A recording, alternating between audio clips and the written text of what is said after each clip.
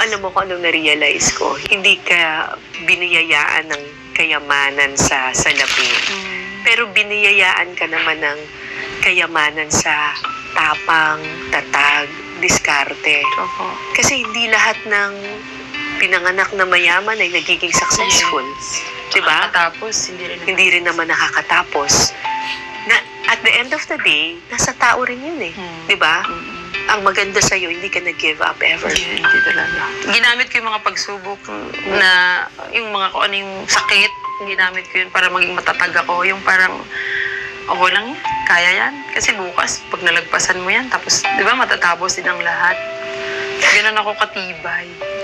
I'm sure hanggang ngayon, meron pa ring mga moy na nakikipagsapalaran dito sa Maynila, naglalakad kasi wala silang pamasahe, nakikitira, or tumutulo yung bahay nila, or hindi makapag-aral kasi kulang sa pera.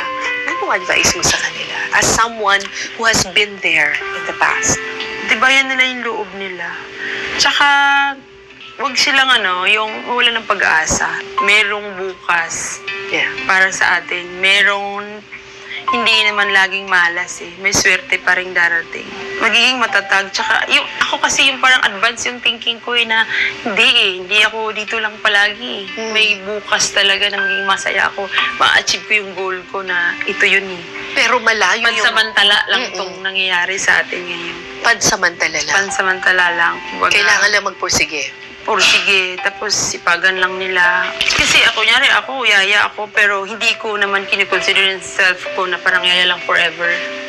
Kailangan may goal din sila na parang, pagkatapos nito, kailangan level up ka, iba naman yung mo. Kasi kung yun lang isipin mo at lagi mo lang sinasabi sa sarili mo, dito lang talaga ako, hindi na ako mag-i-improve, hindi na ako mag-level up. Hindi eh. Hindi tayo pwedeng umasa sa swerte. Yes. Umasa tayo sa hard work. Tama. Diba? Diba? Thank you, Moy. Maraming salamat sa iyong inspirasyon. Kasi grabe yung pinagdaanan mo. Magiging inspirasyon ka sa maraming tao na mahirap ang daan patungo sa tagumpay, pero kailangan lang magpursige. Diba? Yung mga nabibigay na swerte o yung mga tumutulong, ambag lang yan, tulong lang yan. Pero ang tunay na makakapagpatagumpay sa isang tao ay ang kanyang mismong pagpupursige at paghihirap sa sarili. At si Moy ay isang testimony ng ganyan. Hindi nag-give up. Yes, bawal give up. Bawal give up. Nagpursige hanggang sa huli.